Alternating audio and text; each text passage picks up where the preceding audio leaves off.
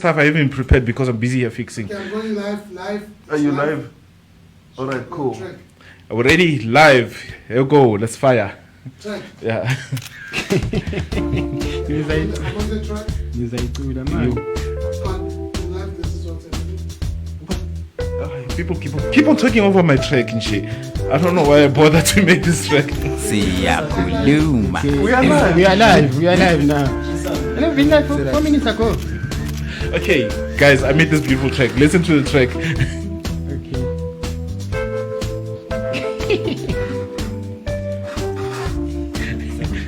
Sizwakala ne? Kahle nje. Bathakwenza. Sebajwayele. Hello and welcome to Photo It's Bits. I'm your host Nico, and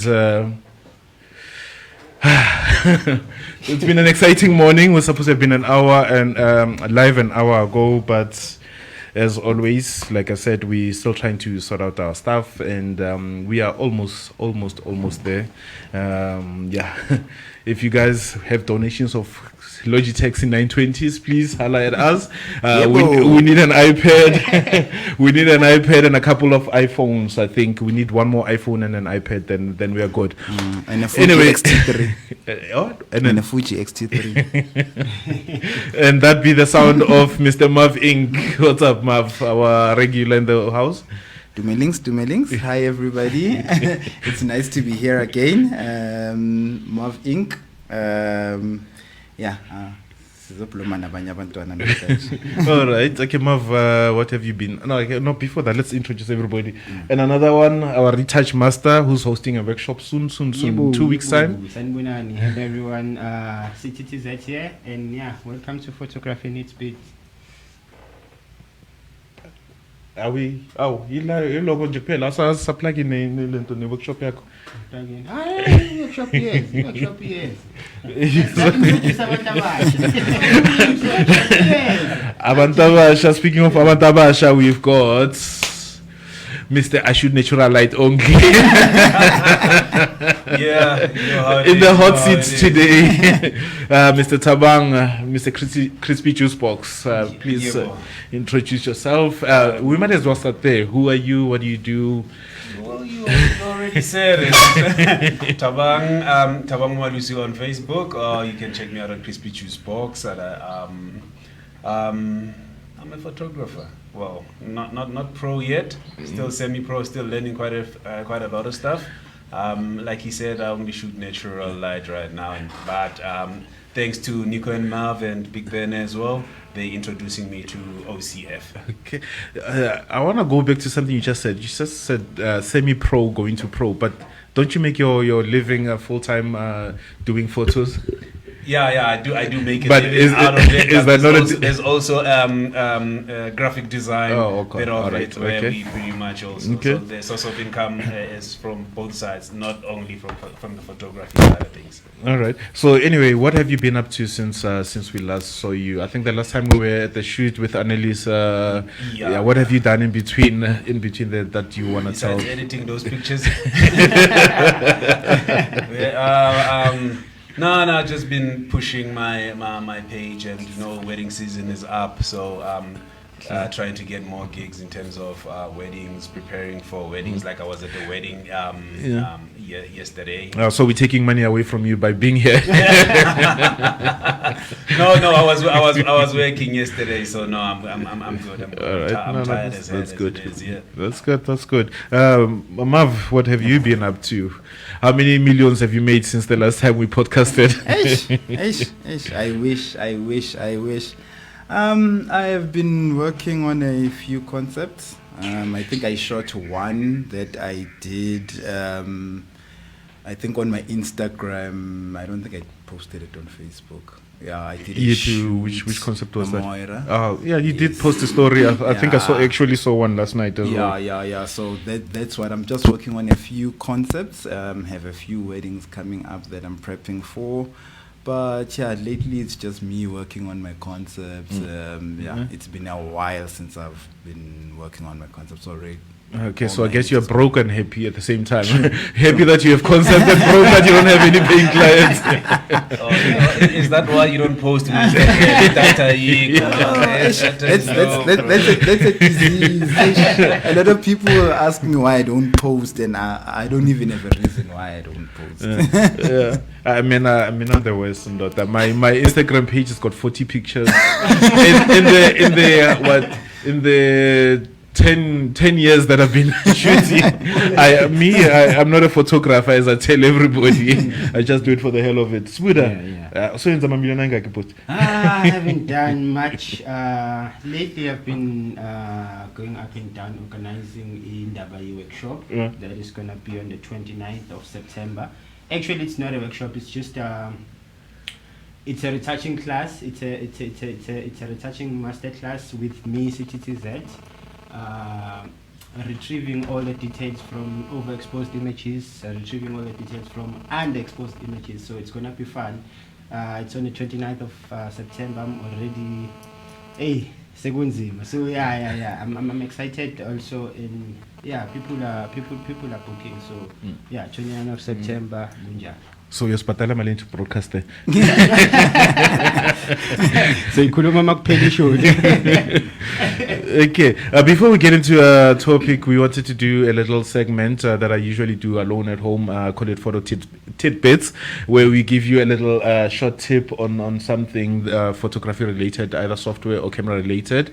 And today we're gonna all of us do one quick one, 2 minutes each, or 1 minute at the most on Lightroom. Yeah, where can we start? Abantu abanama notebook, singaqala ngapha. Yeah, you can send it me. Do I need to go to Lightroom? No, unfortunately, we couldn't get our laptop to work for some reason, so you're just gonna have to explain. A quick tip.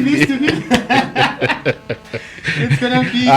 It takes something simple that common people don't know. It's gonna be something a bit. It's not gonna be. No, it's not gonna be that difficult. It's actually the grid overlays, something that guides you in terms of composition and stuff. A roll of theirs. Yeah, it's on Lightroom. What you normally do is when you crop your image, there's that box on your right on Lightroom. When you crop the image, you just click that box. Then you just click the letter O. Yeah. It's gonna show you all the type of cropping. It's rule of thirds. Rule of thirds. Yeah. It's gonna show you all the type of rule of thirds. Even that golden, they call it golden rule. What's The golden circle. Yeah. If you keep on pressing O, it will change your grid. It shows you if you crop your image, this is how good it's gonna look. This is where you need to place your subject. This is so that's my tip. Okay. On Lightroom. All right, crispy juice box. Did you prepare anything? Like I said, I was shooting at a wedding. We know who's not coming back next time. We know who's not coming back again next time. People who don't prepare. So I didn't. All right, it's all good. It's all good. It's all good. Of that, it's all good. But auto tone. I think a lot of people don't use that on Lightroom. Before you start anything, especially if you are a beginner, what you can do is just click on auto tone, and then it will adjust the highlights down and then boost your shadows. It will give you a start. It's not a final image. Just click on that, it will give you a start and then work from there. Yeah, I think people take for granted that auto-tone. Sometimes you don't feel like doing everything manually. If you just hit that auto-tone button on your development module, it gives you an idea of what is what, and then you can adjust your shadows, your highlights accordingly. But I think that runs quicker. I use it quite often, especially if you're gonna be editing bulk editing. So it helps in terms of that. I know. Okay, we use presets, but at least for the first picture, start with auto-tone and then presets throughout. All right. Okay, Marv. It's gonna be hard to explain without displaying. So, in other words, you're saying we skip you? No. I'll talk about it because a lot of people ask me a question on that. So, if you're in the develop module and you're looking at your photos at the bottom, Yeah. there's a little dot circle in the middle of your picture. Uh-huh. A lot of people ask me what that circle is there for. And usually it's there if you want to select images and you want to compare them.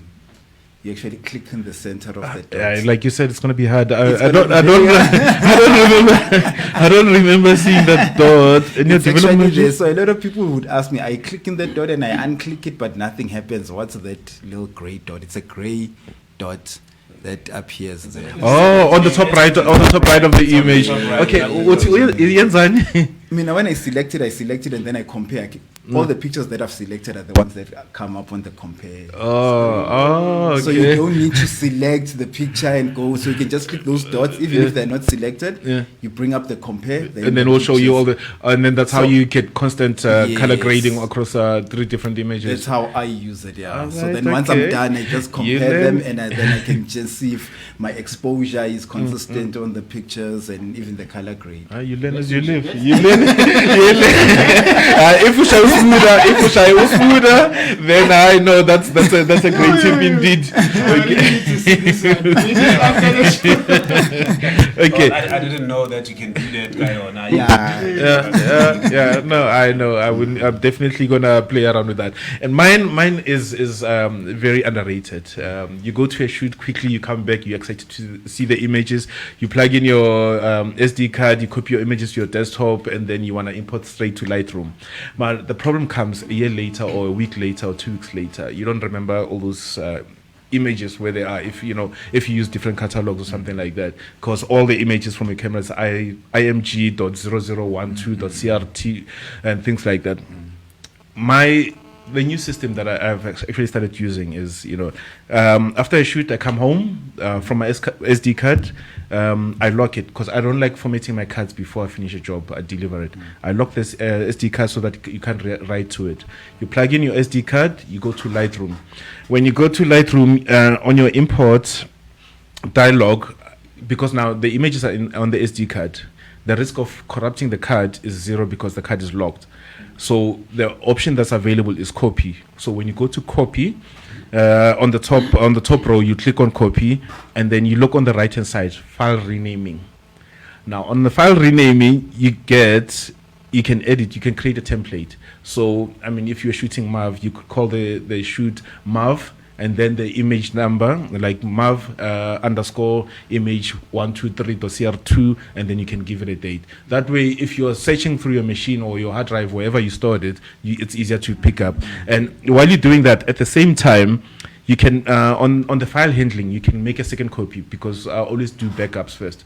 So you select, make a second copy on the import window, and then you select the folder or hard drive where you want to do a second copy to. So you do 2 copies at once, and then you custom name all your images so that they're not all img.00. No, because then that way it's easier to find the images when you need them another time. So if you're shooting a wedding, you could say Tabo and Jabu's wedding and whatever, and then it's easier to search for images like that. And the chances of you overwriting your files is very minimal, because all the images are custom named.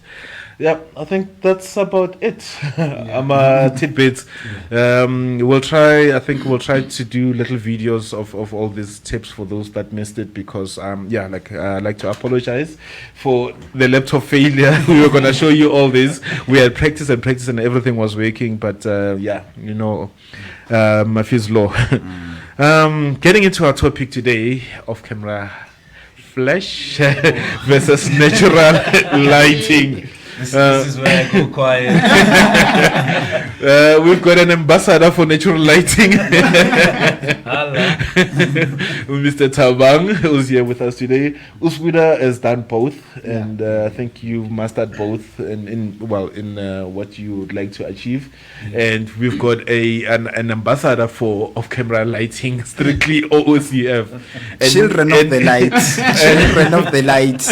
And when parents fight, I think little people like us benefit, because we get to learn, because we get different perspectives. I don't know. Let's start with, what is natural lighting? What is off-camera lighting? Shoot, anybody? Okay.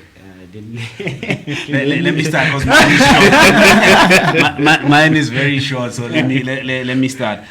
Okay, we call it natural light, but it's not really natural light because now if you are indoors and there is pretty much artificial light coming in, so it's not natural light. Yeah, okay. So the most photographers or some photographers that I know call it available light instead of natural light. Okay. So you pretty much shooting with available light without having to use your flash. But if I have my flash with me, that's available as well. So I guess that's available.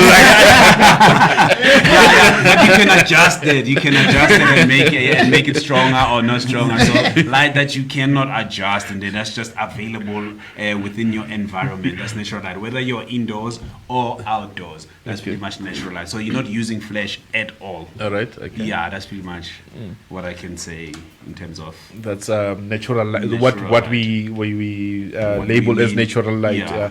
Okay, so it's basically whatever's available. Available, Okay. whatever light is available. All right. Okay. And mind you, once there is no light or there's no shooting for some of us, we go to sleep. Unless if you've got a new mirrorless with 2 million ISO, you can shoot in the dark. yeah, sure. Okay, we got your take, Putsi. Well, I think Utabang has said it all. It's just an available light. It's an available light. That's natural light. Okay. Wow, kanjalo nje. I mean, it's an available light. Abatshele what is abanikeza dictionary explanation Yeah, of yeah. since they don't know what available they can't even describe natural. No, he's a strobis. He's always said he's a strobis. I'm not a natural light shooter. I make lights. I make lights, but You manufacture it. yeah, I think I also started with just shooting with available light, and for me, it became quite limiting. Reason being, you have to be at a particular place at a particular time to get a particular look with available light, and sometimes most of the time I didn't have that luxury where I want to shoot early morning, but I can probably only make it there noon, and you understand. So I started now playing around, saying now, if I can make my own lights, why not? Now this gives me versatility. You can shoot I can whenever, shoot wherever. whenever I feel like it, whenever I feel like it, however I feel like it, whether the sun is there, the sun is not there.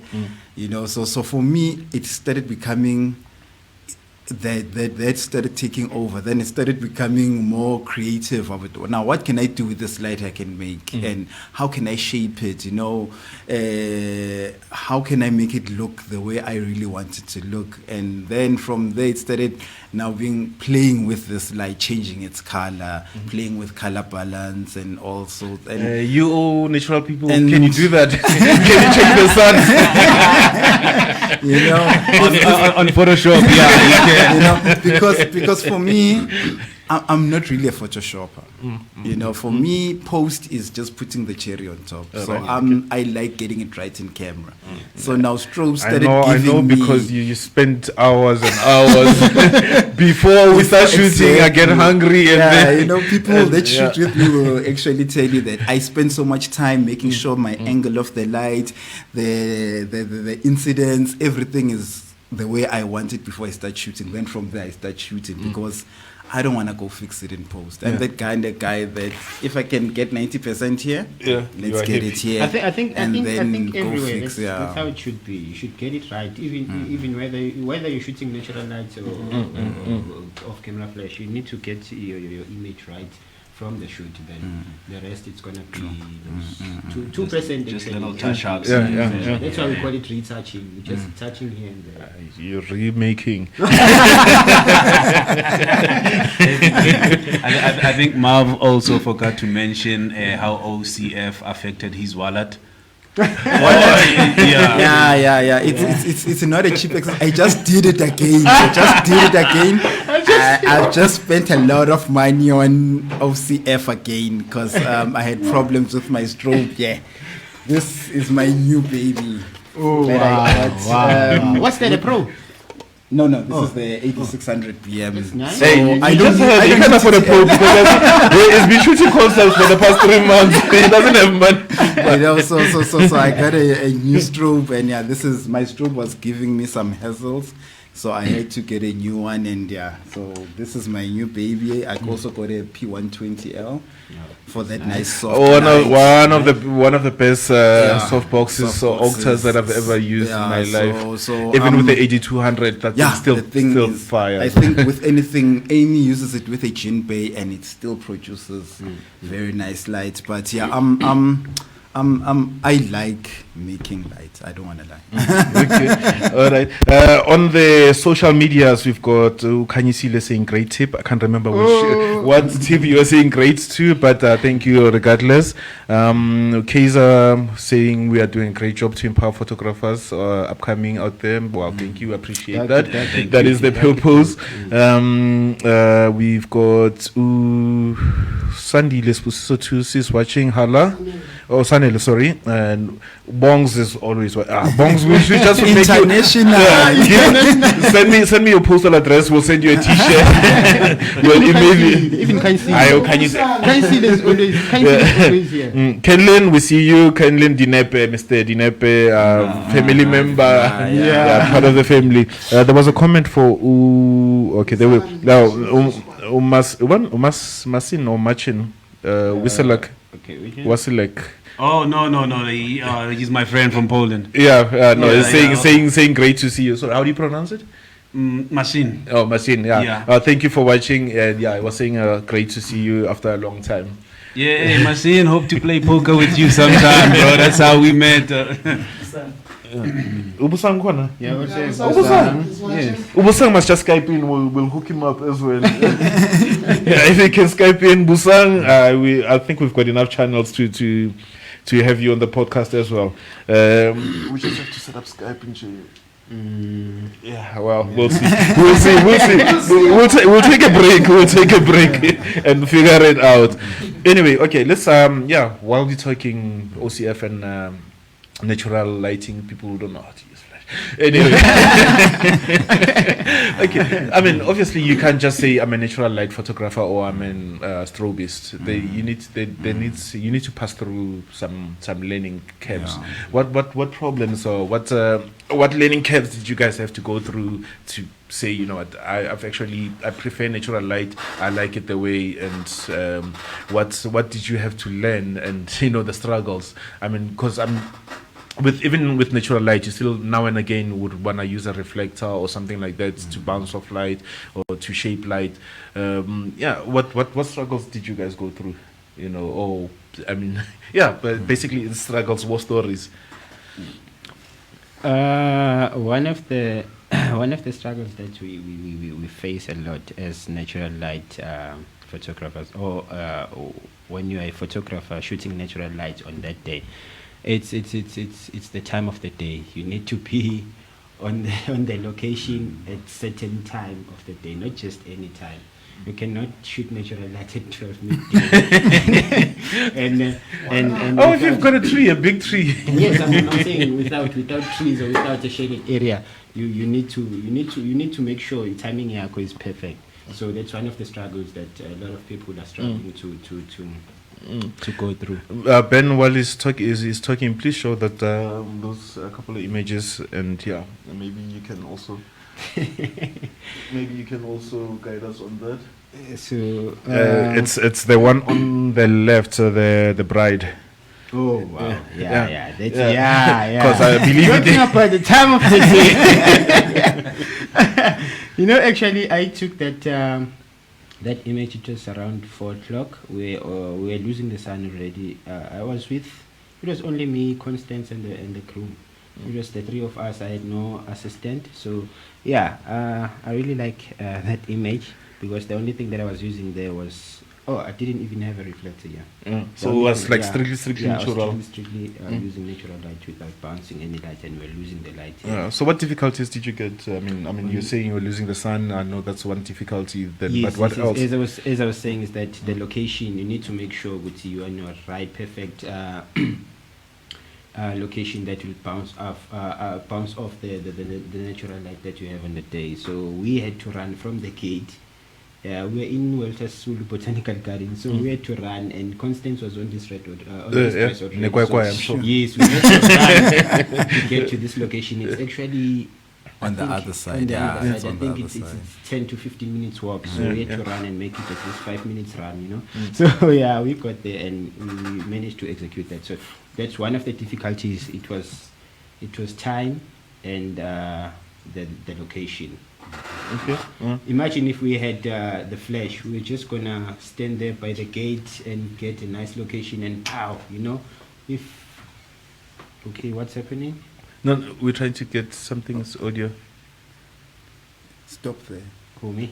No, open. I can hear. Okay. Yeah, okay, that's fine. Sorry about Yeah. that, guys. Ben is busy. Yeah, like I said, every podcast, we know it's bad. Can we get that mic stand for Spuda, please? Just set up. I think that would be easier for him. Yeah, sorry Okay, about I'm that. hearing- Yeah. Okay, just. Yeah, no. Yeah. No, So I think yeah. That's what we face. That's the challenge we faced on the day. The location, it was far and we were already losing the sun, so it's time and the location. That's one of the difficulties that we faced on the day. Imagine if we had the D600, the Lagamav.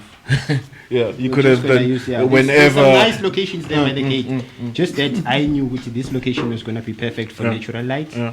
And we're almost losing the sun, so I knew which this location was going to be perfect. So So we plus, had to run there. plus minus. Oh, okay. Well, how do you know what you knew this location was perfect for natural light?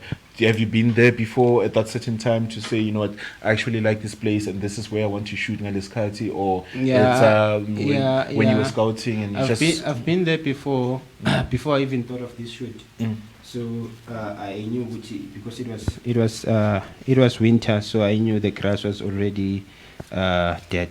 So I knew the natural light there was going to be perfect, especially when the sun was about to set. So yeah, all right, okay. that's how I knew And, this location was I gonna be mean, perfect. like, how many shots did you have to take before to say, you know what, okay, I'm happy with my settings, my camera settings, I'm getting my color balance correctly, and I don't know things if like that? I don't know if I can say I'm the lucky guy, but I normally don't take much shots. I only take Why? 3-4 shots, then I'm ready to go. Another Especially sensei. especially with natural light. I don't wanna lie. 3-4 shots, I'm good to go. Yeah, let's just show that image again. Remember, it's that image of the bride, the one on the left. That was shot purely with natural light. What camera were you using? I'm T600? using a D600 And lens? 85. Yeah, 85 millimeters. 1.8, yeah. Okay, Yeah, all right, I was using okay. D600. And like you said, you didn't have any assistance. No assistance. No, I suppose that's the advantage of of natural light shooters. Yeah. You only need to go with your camera and that's it. I mean, Pretty much. yeah. How long does it take you to set up shots when you're doing natural light shots? To set up, the only issue that I have me is just setting up the model.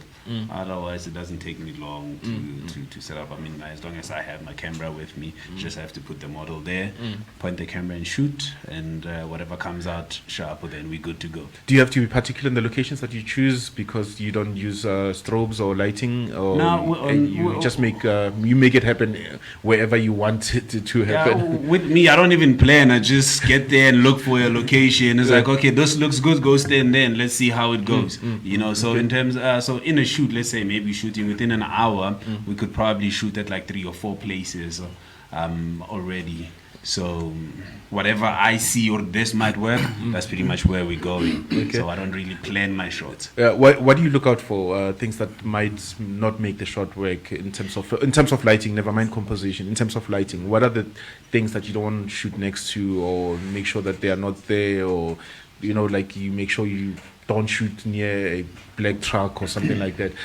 Is there things like that, or that you? No. With me, I look at the model and what would work, especially in terms of what they are wearing and what I'm going for maybe on that day. If I see an image, if I look at the place and I see an image, or okay, this might work, I just place the model there. I don't look at a whole lot of stuff.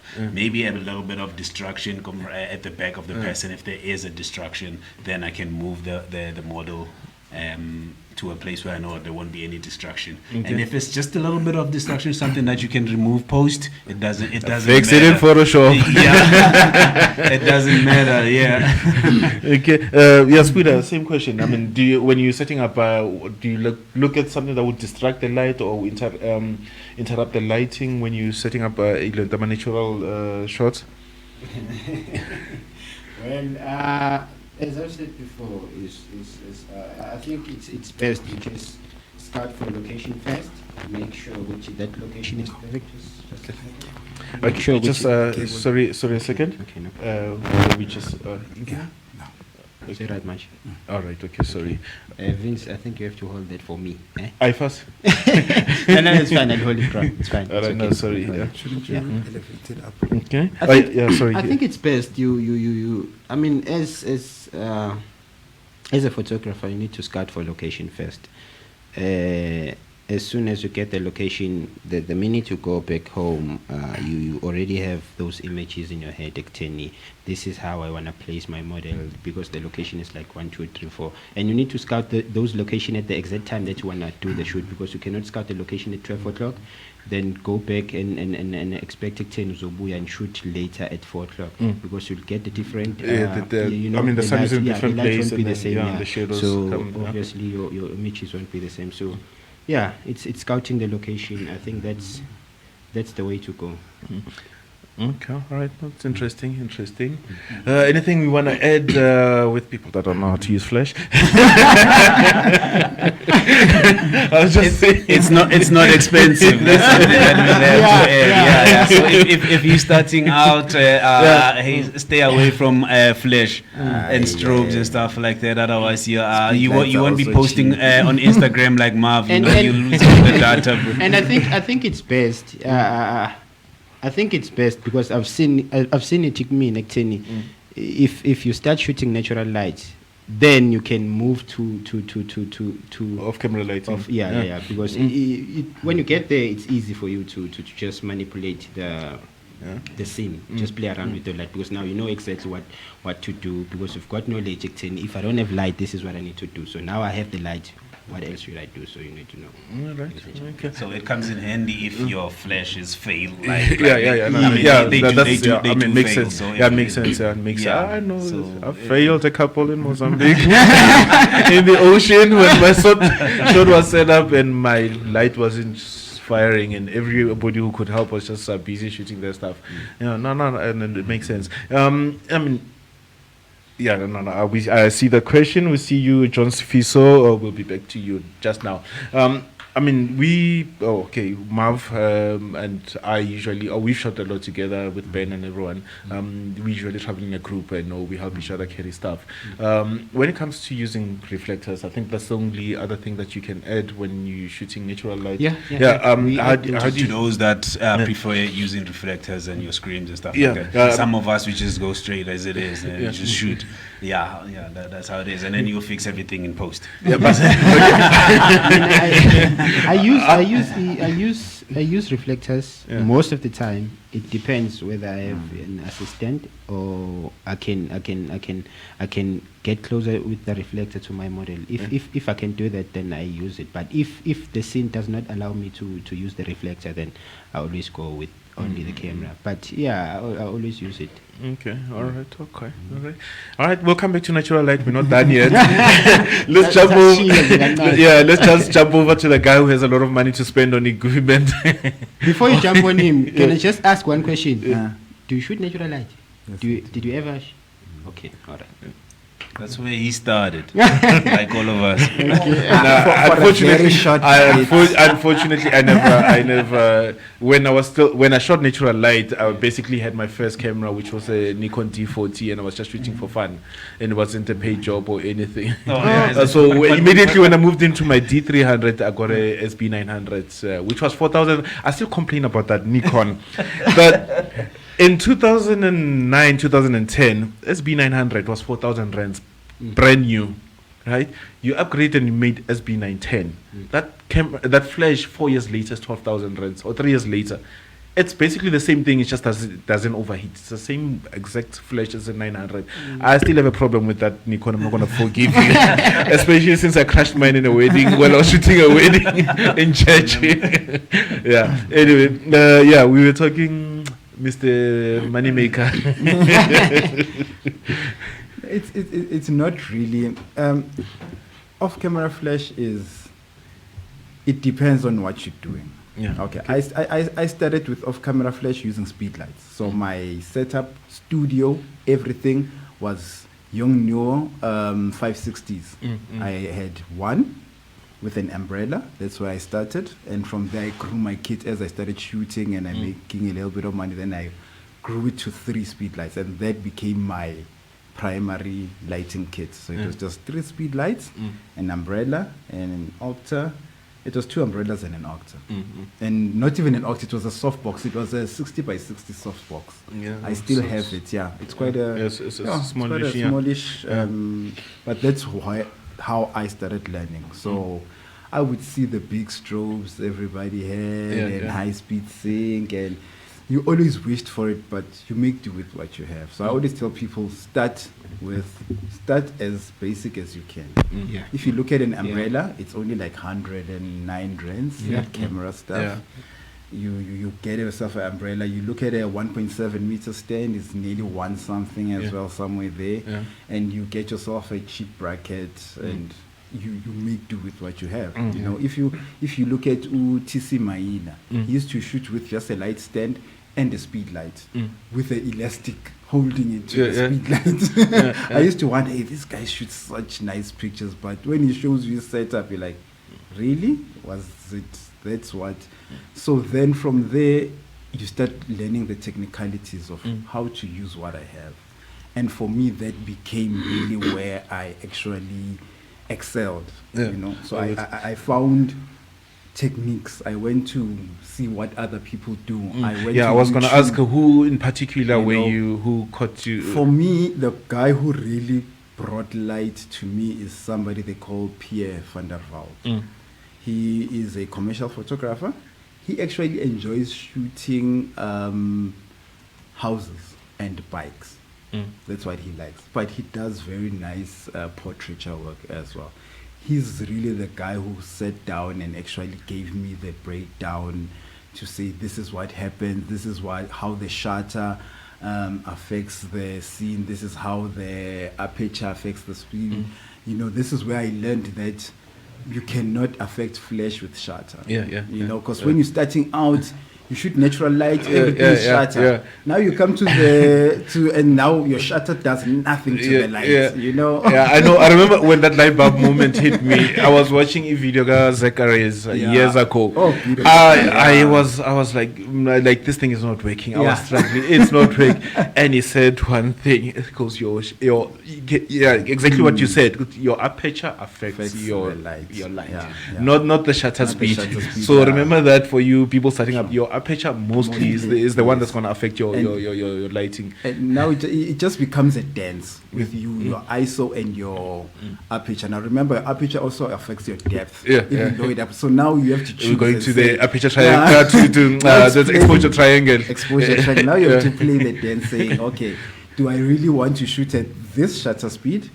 Am I shooting handheld? Am I on a tripod? You know. So if I'm handheld, I want to be over 100. For me, the best I can hold is 100. Anything under 100, I'm playing danger for me. I know guys like Pierre can hold down to a 30th. He doesn't smoke, he doesn't drink coffee. This is the thing. He drinks coffee, but I don't know how he does it, but he's able to hold down to a 30th, and I've seen him do it a lot of times. I can't. 100, once I go below 100, I'm now playing marbles. It's hit and miss the whole time. So I make sure that I'm over 100. And then I say, okay, what do I want in my scene?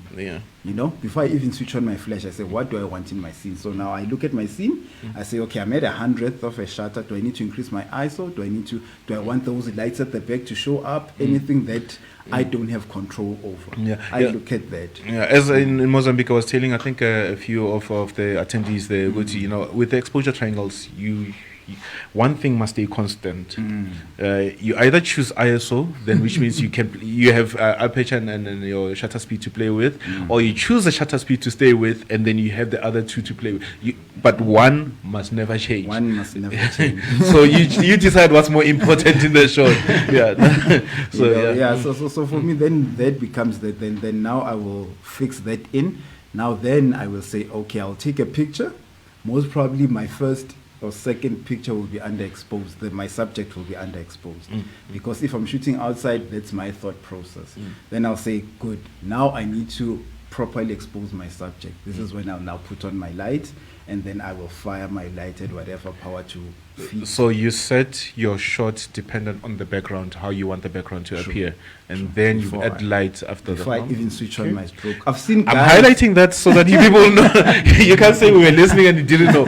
You so- select your background, Yeah. you expose for your background, and first, then add your and then you artificial add your after. artificial light. Okay. Because now this is the way you are able to now shape it, angle it, do whatever. But now your background is something you don't have control over. So I start with that, then I do that. Even when I'm in the studio, I think most people who have gotten to assist or to teach is I always say one light at a time. You will see people 10 lights. They walk into the studio, they switch on everything. They want and everything to then, fire. And you there's got lightning, and then they're like, and the shadows are all over. Now you have- light is not natural. you have a nose with two shadows, and and you're like, wow, and they're like, now we are cooking, and you're like, no, and you Okay, ask let's go them- into detail. Let's go into detail. So for me in the studio, it's also I walk in and I work one light at a time. So usually I have a concept or I have a picture at the back of my mind to say this is what the client is looking for if I'm shooting for a client, or this is what I have in my mind, or this is what I've seen in Pinterest. I'm going for this kind of a look. So I will place my first light, which will be my key light. I always start with my key light. I will set my key light, get that, and then I would say, okay, now I want a rim light. I would go to my rim light, now add my rim light. Then I would say, You I have want- to explain all those things: key light, rim light. So the key light is your I will come back to it. I'm just saying. so your key light is really your main source of light. So this is the light that makes most of your light in your picture. That's your key light. Your rim light, that's the light that actually separates your subject from the backdrop or the background if you are using a background. So that's the second Like, light. is it a rim light, hair light? Also call it hair light. Some call it hair light, Okay, some yeah. call it, I think there's another name again they use for it. And then If I may step in. Yeah, no, again, Yeah. anytime. Same with you, Tabang. If you They- feel you need to add in, please do. He's right, Magati. They sometimes call it headlight, but there is a difference there. Okay. Rim light, it also it's that light is a highlighter the subject on the edges. Okay. Then the headlights only Yeah. share the hair. Okay. All right. Yeah, Okay. that also, Okay. yeah, No. yeah. All right. No. Thank you for that clarification. And then my Well, before you carry on, I would just like to say shout out to Mr. Rata Vaslapa who's watching. Kelumus Nkosi is also watching. Shout out. Kenlin, I agree with you. Best flash ever. SB910. That was the best flash. I trust you, me. If you've never shot Nikon or you see one, just go try it. Was the just like the Nikon D750 is the best Nikon camera they've ever made. Anyway. I see Sony pulling out. I see Sony pulling out. No, I said they. I mean, meaning Nikon has ever made. Kiabe to Casey Mudise is watching. How's it? Kenlin also saying that Swida he likes that shot of yours, by the way. Yeah. Thank you. Okay. Yeah. Sorry. If I'm not mistaken, can I just go to John's Fiso? John's Fiso just through. Best of figure go Okay. here, but no, it's fine. No, it's fine. It's fine. Go over. It's fine. Yeah, Now I didn't can forget go. it. John Smith, I saw your question. We'll Yeah. come back to it. I think He's I've got a two section now, for you. He's got 2 questions now. Okay, I haven't Yeah. seen the second one. Yeah. I haven't seen the second one. Please. Yeah. Now you're gonna If see- the I second think one is relevant to now, we can do that one. Okay, it's about the speed light Speedlight batteries and stuff. Okay, yeah, sure. Yeah, he's asking Mr. Marv, how did you manage the Speedlight batteries? They get exhausted. They get exhausted quickly. Very Rechargeable important. I think, batteries. yeah, thank you. That's a very great question. I So- think Marv so- has a tip that I learned from him. that I learned from. Yeah, no, yawuluma kancane yabona lesitesta ngelimi. I promise you that trick works. but speed lights. So one thing I learned with speed lights is when I was shooting speed lights, when I started, everybody tells you ISO 100 best for Yeah, that's true. But now remember, the speed light is not really a big source of light. So one thing I used to do, I used to really shoot at about 1/4 of a power on my speed lights, and I used to increase my ISO to about 400, and that used to be where I used to play usually for that. But also with batteries, I used rechargeable batteries. There is something that we call capacity on the speed light battery. A lot of people go out there to Dion's and whatever, and they buy a Maybe just show it on 1300. this camera. Yeah, they buy like a 1300. Well, I can't see. I don't know if you can focus. Yeah, we'll focus. So- focus is. Yeah. So if you look at your battery has capacity. I If you always can move tell your finger, please. Okay. So I always tell people buy a battery with at least 2000 milliamps an hour. If you buy that capacity, it can deliver enough power to the flash for those bursts of power without killing your batteries quickly And without overheating. and without overheating. 'Cause my young no- no, especially my young young knows knows, especially if you are shooting fast, I remember. you get a lot of heat. Those speed lights become hot, and the batteries become, you can't even hold the I used to battery. burn my finger. No, literally, it's like melting Yeah, hot. it's So, hot. yeah. But anything over 2000, I prefer 2300. Yep, I found 2300s really have the stamina. I can shoot with a 2300 until I'm done with the shoot, and then not have a problem. So just make sure if you're buying 1300s. Yeah. Those batteries will be hot, Those and you're not 1300s gonna shoot a lot. 1300s are for Yeah, triggers, for your triggers, mouse, your or keyboard. mouse, or your keyboard. Or Yeah, so you buy- so just make sure that you buy batteries with a capacity that can handle. I think Eneloops also started Yeah, about that- 2000. That's what I was about to say. Like, just go I've- Eneloop Pro. I've used Eneloops. They are good, but to tell you the truth, 2300s and Eneloops, save yourself the money and buy yourself 2300s. Unless you have the budget for Eneloops, the only thing you're gonna get advantage with Eneloops is more recharge cycles. So you'll find with these, I probably have round about 1,002 recharge cycles. With Eneloops, I can get But it up to 2,000. even price wise, they're not But even expensive. price-wise, Yeah, this exactly. like.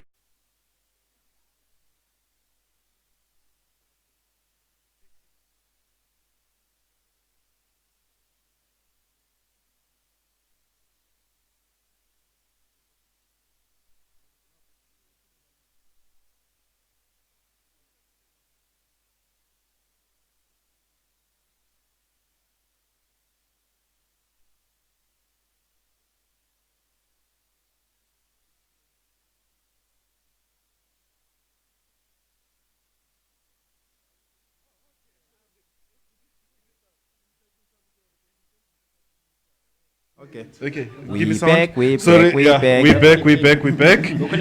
How am I? Okay. How am I? How am I? Sound You don't have wise? sound. Yeah, you don't good. have Yeah, sound. good. Yeah. Now it's back.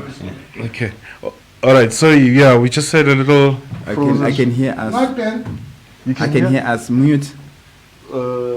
Desktop audio is on, not off. No, just mute the video. Mute the sound. Yeah, mute sound. Yeah. Bongs. We're on the. I can hear the stream. Yeah. Yeah, now we back. That's right. Yeah, Two okay, bongs sound is okay. back. Okay. Thank you, Bongs. Okay. Tate Blow, welcome. Yeah, thank you for joining us, Bongs. Thank you for the sound. Okay. Any type of. Bongs is a question, and the type of batteries matter. Yeah, Eneloops are king, but they're pricey. Energizers are king because they last longer. They last longer. Yeah, cheaper. You don't cry. Yeah. Ukanya is saying, yeah, Nico was telling me about this battery stuff. Yes, I did tell you. Nami, because I learned from the master himself. From the master I himself. struggled. I used to carry a bunch of. I even made battery packs for my flashes. Yeah. Yeah, but the high capacity batteries work a treat. Yeah. All right. I think let's just chasing time. Let's just jump over this battery issue. Where are we in the list of show notes? Okay. Let's answer a question. Mr. Fiso, Spuda, do you want to read that for us? You shot quite a few weddings. Asking how do you shoot a Tabang, wedding that's without also- light during matrimonial around 12 noon. John Fiso Mazibugo, hey, you won't believe, I once shot a wedding throughout with only natural light. I'll share the images now on Photography Needs Bits, or I don't know if I can share them on this live video, but I once shot a wedding and they paid me, and it was a very, very good the outcome was best. You'll see the images. So yeah, you can. Was it by choice to shoot natural light, or something that just died, the light died or something? Actually, I forgot the strobes. Actually, the charger. I had the Chin Pin. That's 600. Yeah. I costly charge. Yeah. So I was like, you know what? No flash, no strobe. So yeah. I'll just share the images now if I can. Yeah, I'll share them. Yeah. It was very. It was a very same question. successful. Do you want to add anything to that? Well, with me, I shoot natural light throughout, especially matrimonial, whether it's indoors or outdoors. I shoot available light throughout, so I don't have much of a problem. It depends what the weather is like. If it's extremely hot, I make do, exposure compensation. That will pretty much help you around those times, or 12-ish and stuff like that. Yeah. And I've learned, if shooting natural light, tell them one thing, guys. You ask them in the meeting, what time is your service? Yes. Then you can calculate Yes. when the formal shots will be taken. Yes. So, okay, Kai, it's fine. Can we move the formal shots to a certain time that's more Yes. suitable? Yes. Anything after 12 o'clock, maybe that around works. 2. If you can't get it, you can't get your 4 o'clock. If it's at a venue, it's easier because you can quickly take them out from reception and go shoot like we've done with Lungile a few times in the past. If not, if it's in like a place where you have to drive, then you try advise them, guys. Okay, rather let's do maybe reception first, or first part of reception, then we go out to shoot our formal photos, unless you can get a suitable place which is where you can more or less control. That's how I've always done in the past, because I've been bent before by saying, okay, fine, 11 o'clock, all right, formals, we'll go there, drive to Botanical Gardens, and yikes, the shadows on those things. If you have a screen with you, Wait, Pella, this is me 2010. okay. But I think the question was during matrimonial, because now you can't. Well, matrimonial. I don't know how you shoot with strobes and you never use. Garden venue. Don't you guys shoot natural light in terms of that? Well, speed light. Is it still speed light outside? Well, the rule of thumb is when there's sun outside, you use light. When it's like this, you can shoot without light. No, okay. So I think I'm with Nico on that one. I'm on camera flash. Yeah, you put it with on the bounce camera. card, Yeah. and I bounces even when I'm outside. Sometimes, if I don't have a lot of shadows going crazy, I will shoot it without flash. If I do have shadows, I just use the light to just kill those shadows. You soften them a bit. Yeah. I don't really like post work. So yeah. Anything I can do on site to make my life easier in post, I will try. You will try So that. I usually have So a garden flash, garden wedding, put a bounce card on it, speed light on top of your camera. Use that throughout. So make sure you have enough batteries. So come on, guys. 4 sets minimum per wedding. If Yeah. you're shooting a speed light, 4 sets minimum. I usually go through about 2 Or go cheap. Just do it in post. No. Time is not cheap. Time is money. Time is money. Calculate. It is. You gotta dedicate your life to this. I always say, don't cheap out batteries and SD cards. SD cards is like what, 230 rands for 16 gig. $150 on Take a Lot. Thank you.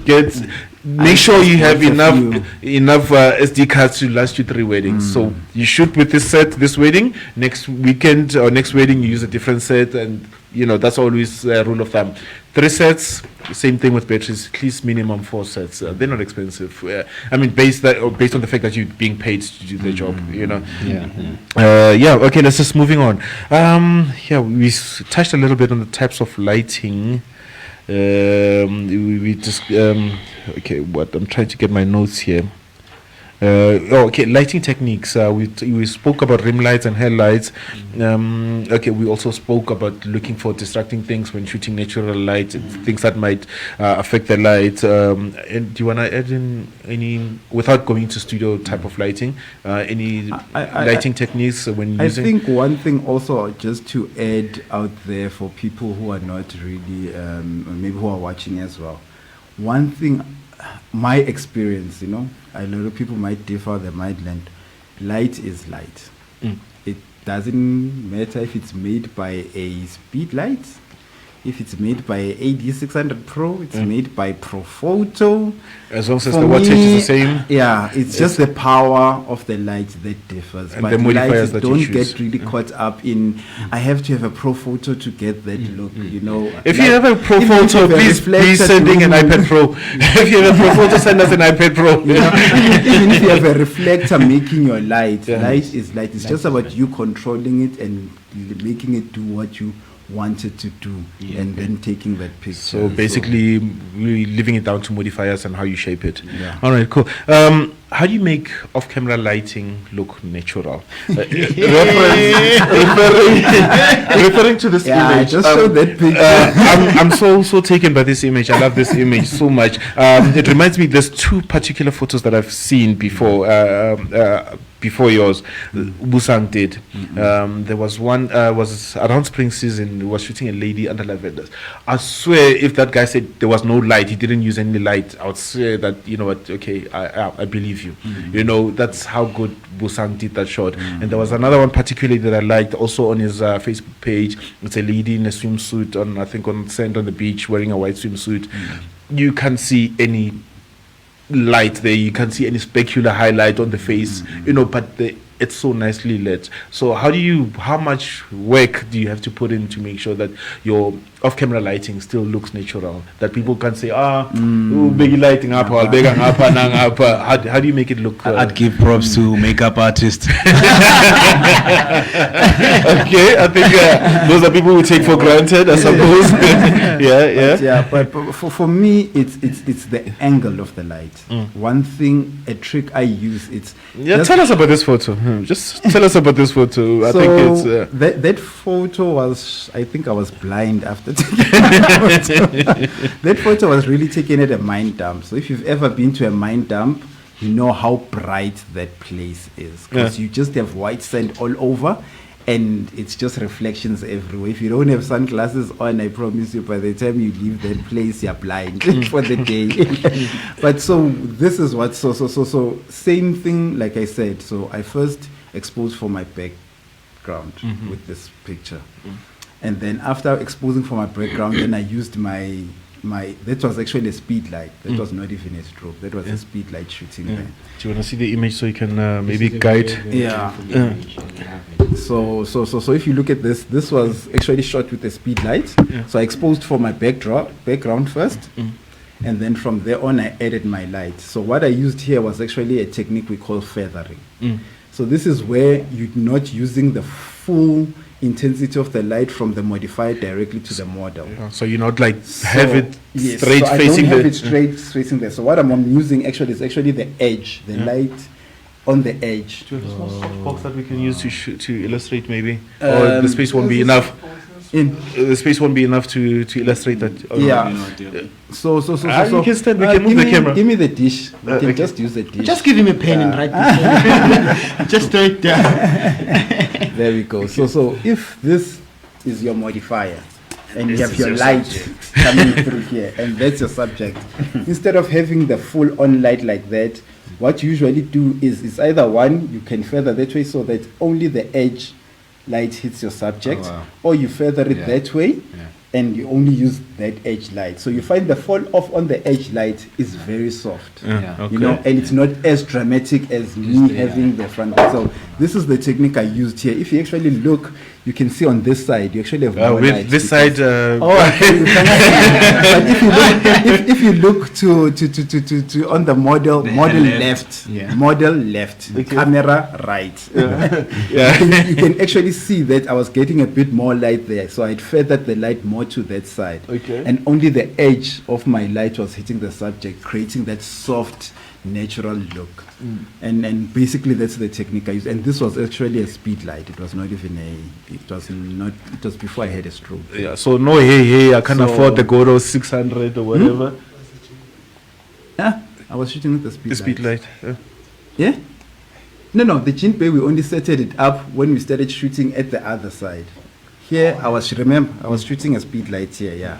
This was a speed light, Yeah. yeah. So we can use the excuse that I can't afford That those I can't expensives, afford whatever. those expensive And we're lights. using a Yongnuo Korean brand Yongnuo, or which is- Chinese brand or and I something. bought mine even on Bid or Buy. Yeah. So I bought it for 900 rands. So So it was not even, I bought it from China. I waited a month for it to get here because that's what I could afford. And so really, all, use whatever you have, and then borrow, beg, borrow if you have to. Just get that picture, Yeah. This is a very, very, very lovely picture. yeah, no, both images equally just Yeah, I love that. beautiful examples of you can use natural light if you really want to learn how to use it. You can use off-camera lighting. yeah. So it's not OCF versus natural light. It's OCF and or yeah. natural light. So both techniques have their merits, and it depends on what you like. Yeah, that's very true. Some people like KFC, some people like chicken leg, and it's your choice. And as well, I'm a strobist at heart. If I had a choice, I'd fire a flash at everything, but it's not really necessary. There's points where you are just wasting that flash. Yeah. The light is just beautiful. Yes, That yeah. scene, you need not even switch on. Just take the Yeah. camera and shoot that picture. I know And what some you mean. people I get know hem just up what that, you mean. I have this light now. It must, and you're like, but the light is beautiful here. Why are you even? I know exactly what you mean. Some things just don't need. Yeah, some people they get into you it know. and then everything has to Sometimes just you- have a flash standing there. And sometimes you walk into a scene and be like, wow, I don't even need anything here. Take out your camera, shoot that picture. Especially when it comes to even weddings. Let's say weddings at a specific venue. Some venues have got ambient lighting. You want that mood. You want to capture that mood. Sometimes not everything needs a speed light. Like maybe in that situation you should be shooting 80% without light. Trying to capture that ambient using your high ISO on your camera, 1600, 4000. And you need to know when you need it, and just don't fire light at everything, as you are saying. I think, I don't know, I didn't see any other questions regarding this. No other question. The only thing that I can say is that Mr. John Sifiso Mazibugo, I've already posted 3 images on photography and its speeds. You're going to see them after the show. So, yeah, that's when I only shot natural light the whole wedding. So you're going to see them once we're done, yeah. All right. Anything lighting related? Ben, question? Vince, questions? How do you position people when you're using natural light to have that rim light as well? To have rim light. I think I think we've covered that. But okay, yeah. Let's do that question again. To have a rim light. Yeah, if you wanna rim them and With natural lighting. have a headlight and the back You need Reflects, to, okay, you need to find the available light that you're gonna use as rim. Let's say maybe you are under the shaded area. You need to have that space where the sun is coming through, but hitting the back of the hair or hitting the back of the subject. Then maybe bouncing off the available light with the reflector. That's when you're gonna get the rim light. I think it's young Toy. Okay. Automatic. Or did you want to post it? Oh, it's posted already. I've posted them already. I think you need to. Oh, it's posted? Okay. All right. Okay. All right. I'm going once, going twice. I think we're running longer than we thought we would, regardless of regardless of the gremlins. I think we should make it 1 hour and nothing more. We'll pay every minute we go over that. We need to. So whoever talks a lot needs to buy a drink. Okay. Okay. Well, with the upcoming workshop, Mr. Smuda, I don't know if you want to tell us about that. I'll give you 2 minutes to, free advertising. Okay. What will you be doing? That what are you focusing in? What will people learn? What do people need to bring? And what are you going to be giving them? Okay, before everything, I need to be clear on this one. As a shoot on the day, we are not shooting. Okay, What's that's happening? fine. What's happening? I need to be clear on that one. We are not shooting on the day. So the cameras will be left at home. The only thing that will be busy with will be Photoshop, Lightroom, and the Photoshop. That's it. People will be bringing their laptops. Okay, let me just not go into detail because so we're gonna the only thing that we're gonna be focusing on, I'm gonna be focusing on is sharing how to master Lightroom as much as I master Photoshop, how to master Photoshop as much as other people don't know how to master Photoshop. A lot of people are struggling with the Photoshop. Photoshop is the easiest. That's what I always say. Yeah. Okay. Now you're jumping into my dish. This is my space. This is the second topic of the day. Demystifying Photoshop. Many people like, okay. I've said to a few people that I've played around with, seen their work, and like, what, I'm liking what you're doing with Lightroom, but I think it's time you started jumping into Photoshop for not for everything. Photoshop is a very, very very big world. There's a guy that I follow, Alex Lindsay, who always said, I wish Photoshop came in modules, that you can buy certain modules that, I need this module, buy it, because it has everything from your basic people who do posters, graphic designers, all the way to people who do 3D animation onto Photoshop. So it's just a big giant of, it's a tool that does a whole lot of things. But as photographers, you only need a certain section of it, And most people don't understand that. Most people, photographers, we are scared of going there because there are so many tools available to us. How do we get people who are like, I do my stuff in Lightroom only to jump into Photoshop? I think for me, this is I think I went this through Noben. I think it's a matter of, I usually encourage people to get to know Lightroom first. Yes. Okay. Let's assume we're all photographers. We either use Capture One or Lightroom. Okay. Or how do you say? Okay. I think you just need to.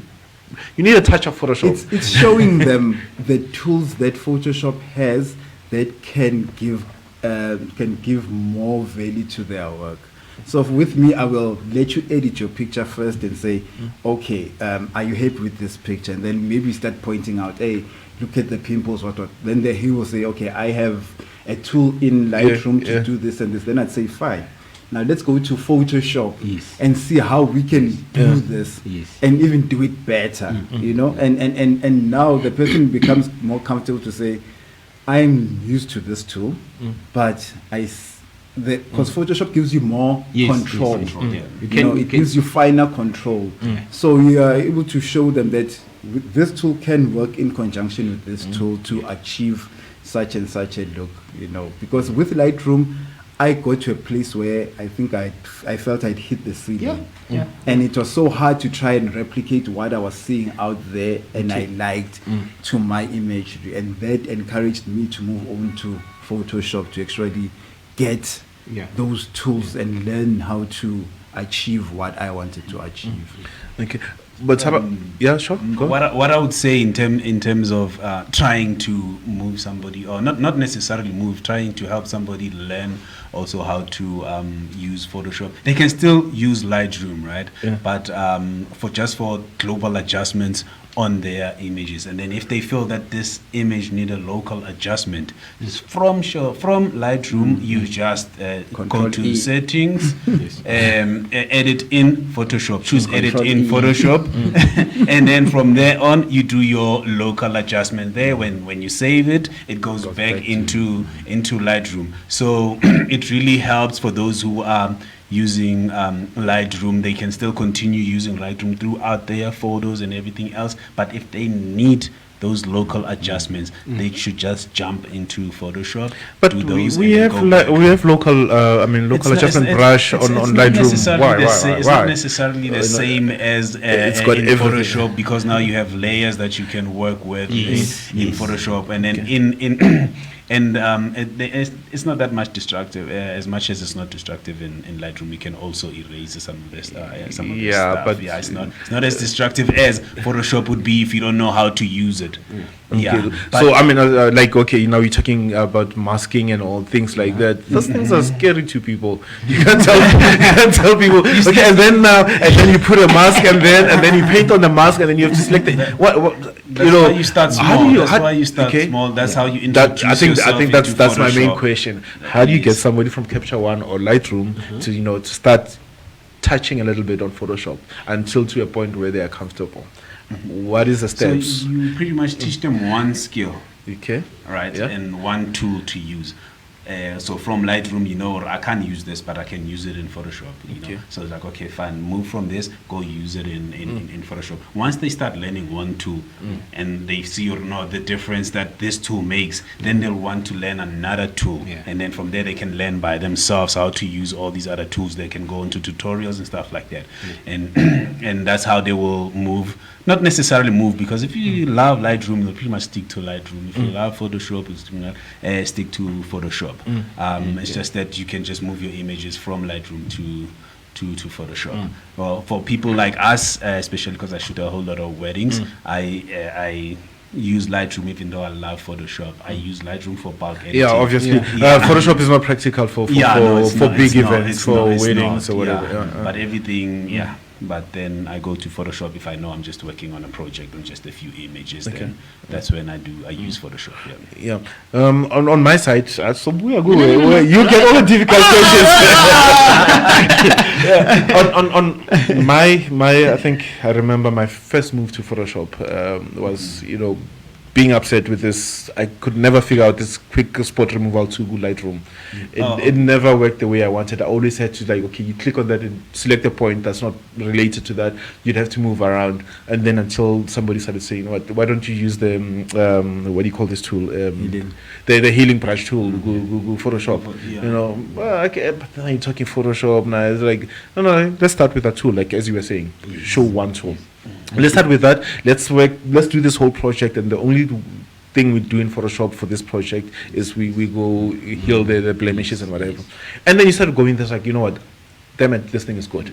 And then you start learning the different types of the brushes, the healing tools and stuff, you've got your counter away move, which we hardly use. I think the two that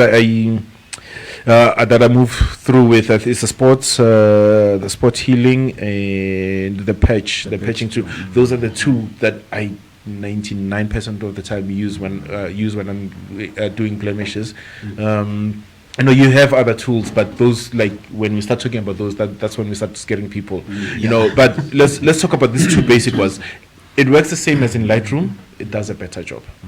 When you're working with blemishes, learn that one. And if I were to advise somebody, let's do that one first. Let's work on this on Until you master it. 2 or 3 projects, and let's expand on the whole that J shortcut key. Shift J, all the 4 different ones, and let's find out what they do. That's my advice is Shift J. You change from Just made my life. I always wanted to know how do I shift from the different tools. you just Because usually they're nested, so I actually unnested, then I put them on my toolbar. So shift. I just shift J, changes from one to the other to the other to the other. They all do the same thing differently somehow, and you shift through them. I had a question for Sweden, now I forgot. Okay, anyway, let's while we're talking moving people into Photoshop, what's your take on that? It's pretty much the same thing you guys just said. Actually, master one tool, then move to the other. Kanjalo. That's how. As much as they did on Lightroom, because I know very well it on Lightroom. No one went there and was like, yeah, I'm done Lightroom now, I'm good, So it's one thing at a time. Master one thing, then next. Because I know when I started with Lightroom, The only portion that I was comfortable with was that basic local adjustments up there. I didn't touch the curves. I didn't touch the fringe thingy. Yeah. So one at a time. That's how you always. Yeah. What did I touch? Yeah. I think that's it. Yeah. I think Okay. that's pretty much it. Marv, Mr. Marv Inc. What is Adobe Camera Raw? Adobe Camera Raw is a little Lightroom. It's a mini Lightroom. On Photoshop. So basically, I think mostly what Adobe Camera Raw can do is mostly what Lightroom can do. It's just that the panel on Lightroom is made nicer and it's made friendlier. And it's for you. cataloging. And and the catalog, we all use Lightroom for the catalog. I think that's the only reason. That catalog, that's what the rating and the catalog, I think, is what keeps us. Good Lightroom. But Adobe Camera Raw is a panel that gives you Lightroom capabilities within Photoshop, especially for your raw pictures. Because remember, if you're working with raw data, you need to process that raw data into something. And I've seen even now the latest Photoshop, the latest Camera Raw has got the presets. You can use the presets. you You can Yeah, use the yeah, presets, yeah. exactly. That's even nice. Whatever you save on Lightroom is saved on Camera Raw. So meaning we are teaching Lightroom slowly. Eh? Yeah, no, I was moving on to that. I mean, you do a portrait session. You say you're going to deliver 10 images to the client. You shoot 20 images. Those are manageable in Photoshop.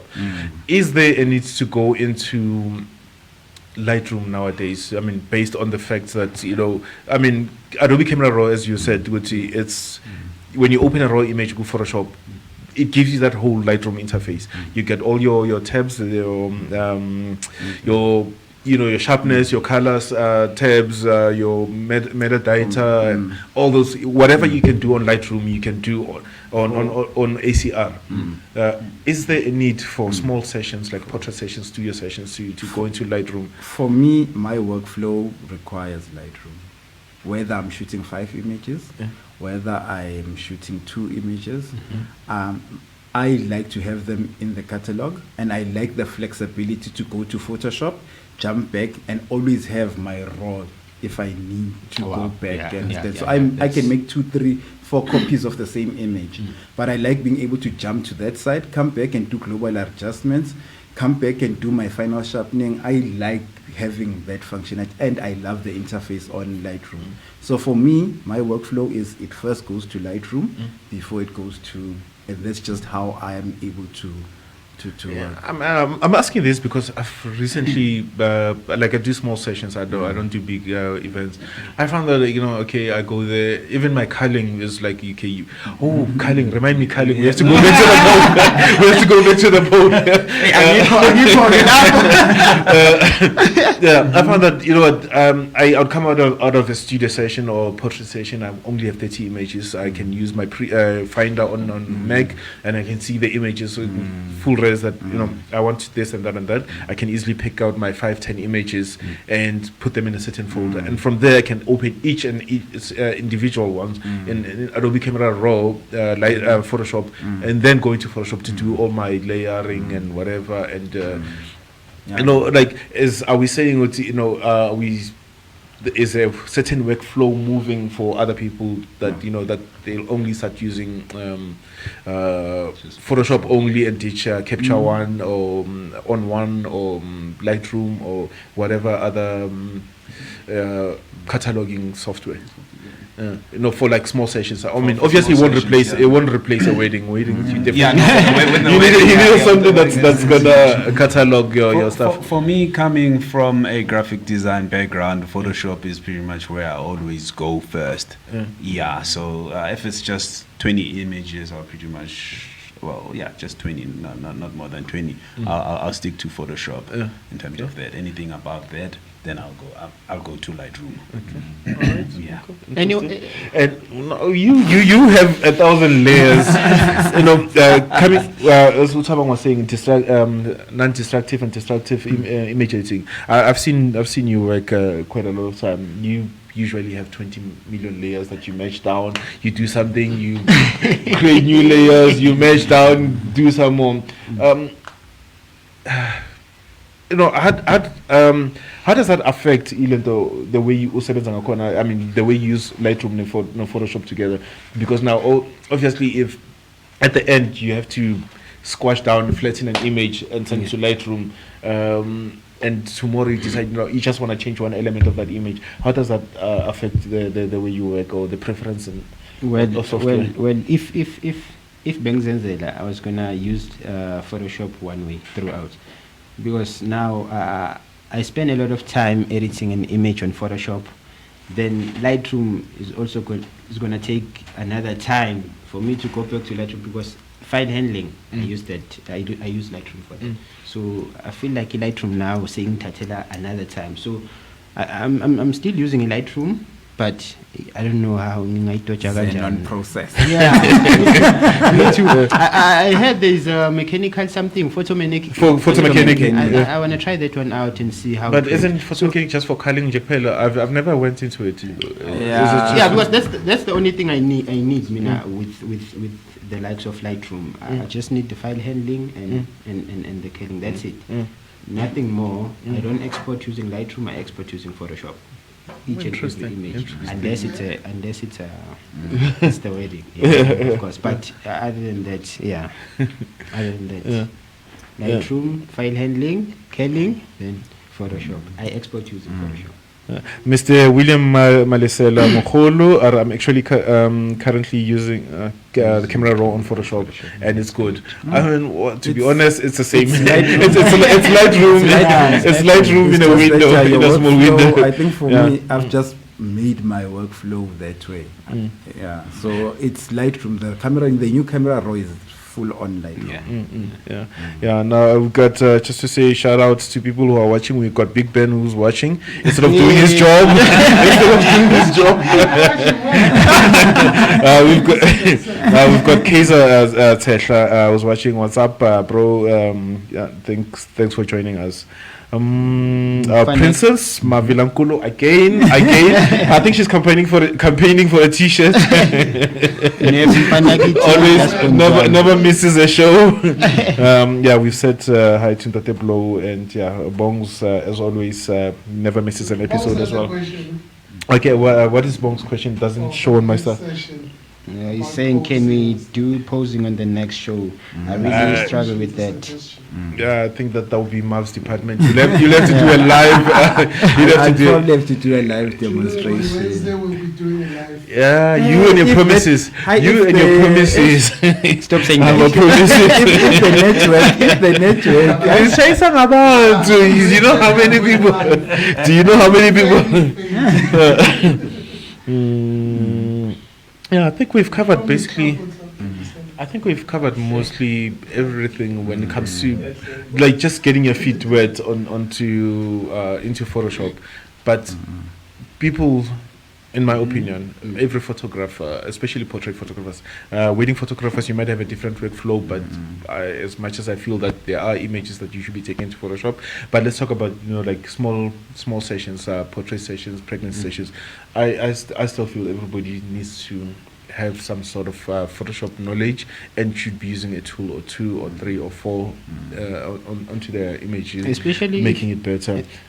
We were talking last about using plugins and things like that. You know, for people who have a very heavy workflow, there are plugins which work, in my opinion, work much better than presets when it comes to Photoshop. And actions, and actions that work much better than presets. I in my opinion, I think people should have a hand in the Photoshop, knowing the basics. And I think as well. I think the question will be from my side. What's the difference between an action and the preset? And one person normally uses Photoshop. Okay. It's not the same thing, but it sounds like it's the same thing. With presets, it's local adjustments. It's a combination of local adjustments, color grading, and camera calibration. Okay, wait. Local adjustments. Yeah. What are we talking? Yini local adjustments. What are those things? Yini Leon. Okay, local adjustments are just those basic adjustments you normally do on ngikhuluma nawe, local adjustments, it's those basic sliders where you just twitch here and there your image. It's just your basic retouching actually. And color grading, that's where you give your image or your portrait a moody effect or a moody color. Then camera lens calibration. Okay, that's where you get to correct. Sometimes you get those lenses with distortion. That way you can control the distortion on lens calibration. What else? Yeah, that's a combination. I don't know if there's something that I left out, but that's a combination. That's what creates a preset. Yeah. Then let's go back to action. A preset is a preset of adjustments, basically. Yes. So they are already set, those adjustments. You click on the preset, and your sliders will move into this very same place, no matter what image it is. Yeah. Then actions. Action. Action move. With actions, it's. Ooh, I don't DJ, know. I don't know. He doesn't know what an action is. DJ, I don't know how to explain this, guys. Okay, action. Because remember, on Photoshop, we've got plenty of things to achieve just one or a certain look. With the action, you can record all that process and just make it into action. In that way, Guzuba easy, but it's not the same as the preset. No, basically, what an action, like say for instance, you have an image, you can say, okay, you can record a process where you say make the image 20% brighter. Yeah. No matter how dark it is, it will go 20% darker, as opposed to in Lightroom where the slider will move to maybe that exact point. With an action, the images will behave differently on this preset of steps that you took. Like as I said, a preset is a preset of adjustments that you already made that will stay, and action is the steps in which the image is treated in the actions that you go through. You will say start with making things brighter, then add in a curve next, and then add in this next, which every image will behave differently in an action as opposed to a preset. I hope guys are right. And then you get plugins. Plugins are basically like your software that mostly use actions, but in a more easier, friendlier way for people. You can basically, it's cheating, as we were talking the last time. But as I said the last time, it's still important to know the raw process of doing it before you move into plugins. I hope it's clear back now. All right. Let's ask Valen Nkonzo people. Let's sum up Photoshop, demystifying Photoshop.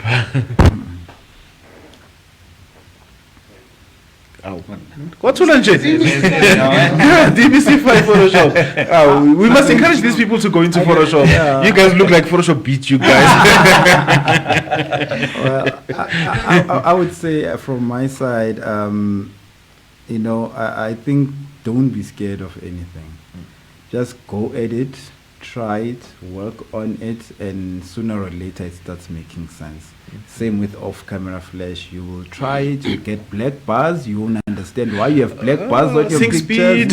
You React and sync, you'll get motion, you will, but as you keep on using, it gets easier and easier. I get to a scene now, I don't have to think about it. I know exactly what to put into my camera. I know exactly how to put my light, and 1 or 2 clicks later, you are ready to shoot. So I think even with Photoshop, the more you use it, you'll start with the tool, one more tool, you start understanding the layers, it starts starting to make sense. And so even with your photography, the more you shoot, you start understanding, oh, this is what exposure compensation does, this is what flash compensation does, this is what the C1, C2, C3 does on my camera. I still don't know what those things are. Because my camera, basically somebody put glue and since it is manual. But in a wedding, I use them.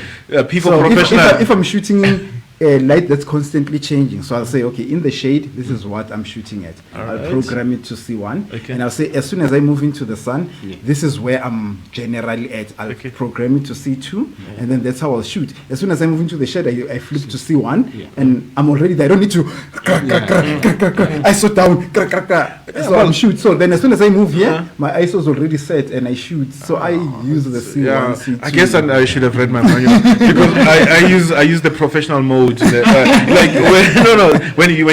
you go into a different scene, I usually go quickly professional mode, shoot, get the settings, go into manual, and then adjust a little bit, and then move on. I mean, I know my camera. I'm so quick with that. I never bothered to actually think about the custom settings. Yeah. So I think that's it for me. For me, it's just keep at it. Yeah. Are we done? Yeah, we're done. No more questions. No more questions. Yeah, we're done. Okay. Any questions? Yeah, we don't have any Facebook, any more Facebook questions. Vince? No, saying that. Nothing. Okay, Yeah. nothing on Facebook. Yeah, all right. What are we picking? Ben, you will get fired. Do your job. Picks of the week. We always pick something that you've been playing around with, that you've been doing, or an item, a piece of gear that you liked, or a process that you did, or venue, anything that's photography related. Okay. My pick of the week. I heard D6 is coming out. Nikon D6 is coming out. That's my pick of the week. I'm so excited. I just wanna see. Even though I'm not gonna buy it. Yeah, no. I mean, obviously they're obviously gearing up for. yeah, is it where the Olympics next year? Somewhere, yeah. Yeah. Usually this is run about the time where Nikon, Canon, the main sports shooters start announcing their stuff. And towards the end of the year, they start giving you the specs and then inviting professionals to play with. So I'm expecting Canon to announce something, and I so wish that all the mirrorless guys, the Sony or Fuji, would bring out something to compete in, to start being introduced as serious, gear when it comes to, like big events like the Olympics. I would love to see something from any one of the top guys, Panasonic, Sony, Fuji, if you can just give us, because they're very light. That's one thing I like, and they're very fast. If you can capture 20, let's say 30 frames a second, as opposed to your D5 that does 14 frames, or your 1DX Mark II does 14. You have an advantage using a Sony. You can get more, and I so wish that everybody announces now what they're bringing out for the Olympics. So D6, is that your pick? Have you been using it? We just said something that you've been using. But I know, D6 was announced, but they didn't give any specs, by the way, so they're still working on it. Also announced a new lens that's going to be Nikon. Yes, what the 2.8 zoom. 120 to 300. 120 to 300 It's gonna millimeters. be around 700,000. I know. I'm telling you, half a meter. Because we used to 70 to 200, 2.8. Now you have, up to 300. You know how much is that 70 to 200? 2.8.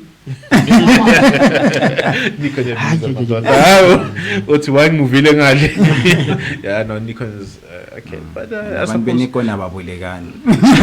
no, definitely not. Thina Canon, 70 to 200 you know how much this is. You know how much this is. Who wants to go next? Pick of the week, something you've been using, playing around with. Well, I can just say OCF. Yeah. That would be my pick of the week because I'm learning that.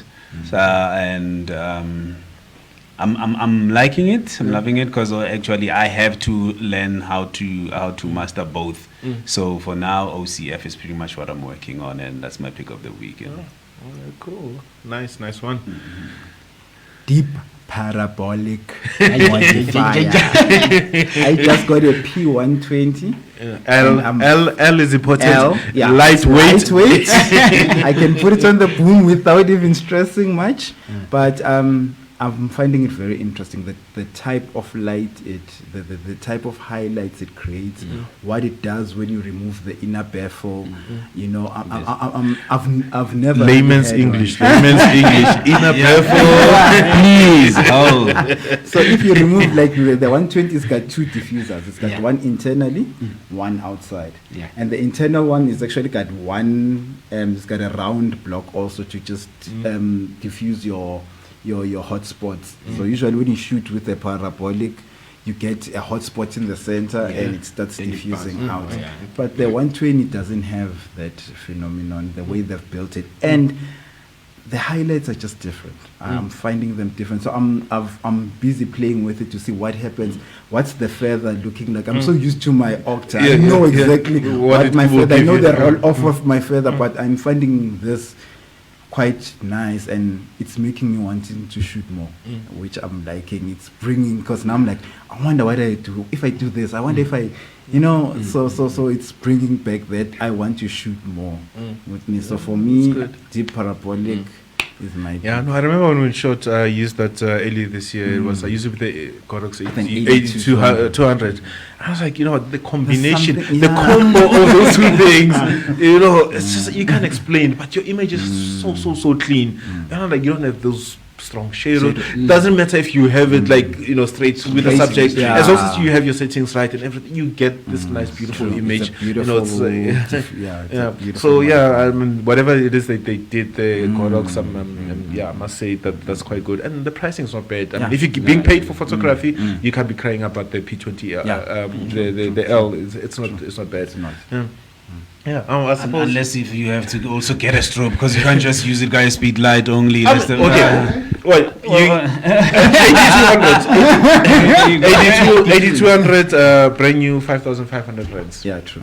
Speed light, same price. Yeah. Some photographers can't afford. Some photographers can't afford. If you are shooting a wedding, you have no excuse. Here's my formula. You have a booking for 5 weddings. One wedding can pay for the other 3. So you get your booking for the first one, you buy the stuff. The second wedding, third wedding, fourth wedding, you're sorted. You don't need to worry about that. You buy these things once off, and that's obviously you drop them at every wedding. Easy for you to say because you have a 9 to 5. You're not using that money to pay school fees and stuff like that. Say you charge 5,000 or 15,000 or 50,000 for the wedding. One of the weddings should go back into investment. I know we've got kids, but you can't support those kids if you can't you can't do a proper job. So you need to invest back into your business. That's my honest, straight opinion. I tell everybody, you can't. I mean, unless we're talking about Profoto versus Godox. Then we're talking something different. But if you need to have a light, buy a light, budget for a light. You can't be crying over SD cards. You can't be crying over simple things like this. Like you should have at least 12 SD cards in your camera bag. Also, can I ask a question before we close? You get a Profoto, plus minus 50 kelvins on the white ballads. Godox, I think, is plus minus 200. If you go for the Pro, plus minus 75. My Manic, I think, was also plus minus 200. Has anybody seen the color shift on those things? I don't even think people use it. I don't even. Because Mina, to be honest with you guys, I don't care. I think even except for speed lights, when it comes to guide numbers, which really don't matter much, because you either shooting speed light or you're moving into a strobe. But the color shift, we're shooting raw. We are shooting raw. We are shooting raw, unless if it's lens, because I know lenses. Lenses behave differently. You can see. You have a Canon 50 and a Canon 85. The light is not the same. They don't render the same image. Other than that, that's it. Cool. I think it's like as long as it's 600 watts. If you're looking for 600 watts, you get Yeah, 600 it's watts. just power output. Yeah, it's Yeah. like how much power you need. If you're getting 200 or 300 or 250, that's what you get. You know, my pick of the week is also coming back to the subject of demystifying. I'm playing around with Dodge and Burn. I'm learning. I'm going more into detail. Dodge and Burn. I have like 10 images to say, you know what, I'm going to go through this 10 images in the next 2 weeks. I know even if I reprocess the same image 3 different times to see a week later to see if I've learned anything better than another time. So I'm basically going simple. Okay, that's all I'm doing. I open the image. All those images are already edited in previous edits. The only thing is I'm removing all the other layers. I'm leaving only the exposure, make sure that it's balanced, and I'm just doing simple dodge and bend. Dodge and bend, brush in here, start from top to bottom, all the way down. On my next workshop, not this one, my next workshop, I'll be teaching how to do frequency separation using Dodge and Burn. Only. Yeah, but you're giving me more stuff to worry about. But on my next, What's about? We just demystifying it now. Now you're putting back the mystery back into Photoshop. I think otherwise, guys, thank you for coming through, Tabang. Please, let's make this a habit. We enjoyed having you. It's always a pleasure. Wait, can you see me here? come on, Ben. Ben, Ben, where are you? Ben, hello. Notice that mine, yeah, my boss. I found out of you. This is mine, I don't have one. No, yeah, say seriously, Bongs. If shipping to UK is not expensive, I've got a large sitting in my room that I don't mind shipping to you. Thanks for your support, brother. You always there, even sending private messages. You know, we appreciate you. Everybody else, DJ Sibosim, you came in late, but thanks for coming through. Tateplo, William, Kanyisile, John, Big Ben should be working. Princess Kaiser, yeah, guys, thank you for your support. We're trying. We're always gonna have little problems here and there, but hopefully we'll get better. We're working on a system that requires a bit of money. Like I said, if anybody's got an iPad Pro or an iPad 5 or 6 or iPad Mini 4 that they're not using anymore, that they don't mind donating, we've got a simpler system that will work better, that will have lesser hassles. Please send it through. And guys, donate data. You saw how we're struggling. Donate data. I think we are using that blue company. Yeah, we're using that blue company. If you want to donate data, we'll do podcasts more frequently because, each session that we do, I think, takes up to 5 gigs. Yeah. So, like some of us, nabantuana.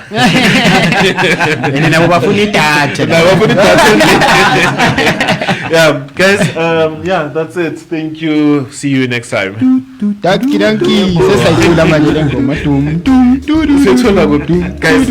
I worked hard for this. Don't talk over. Who is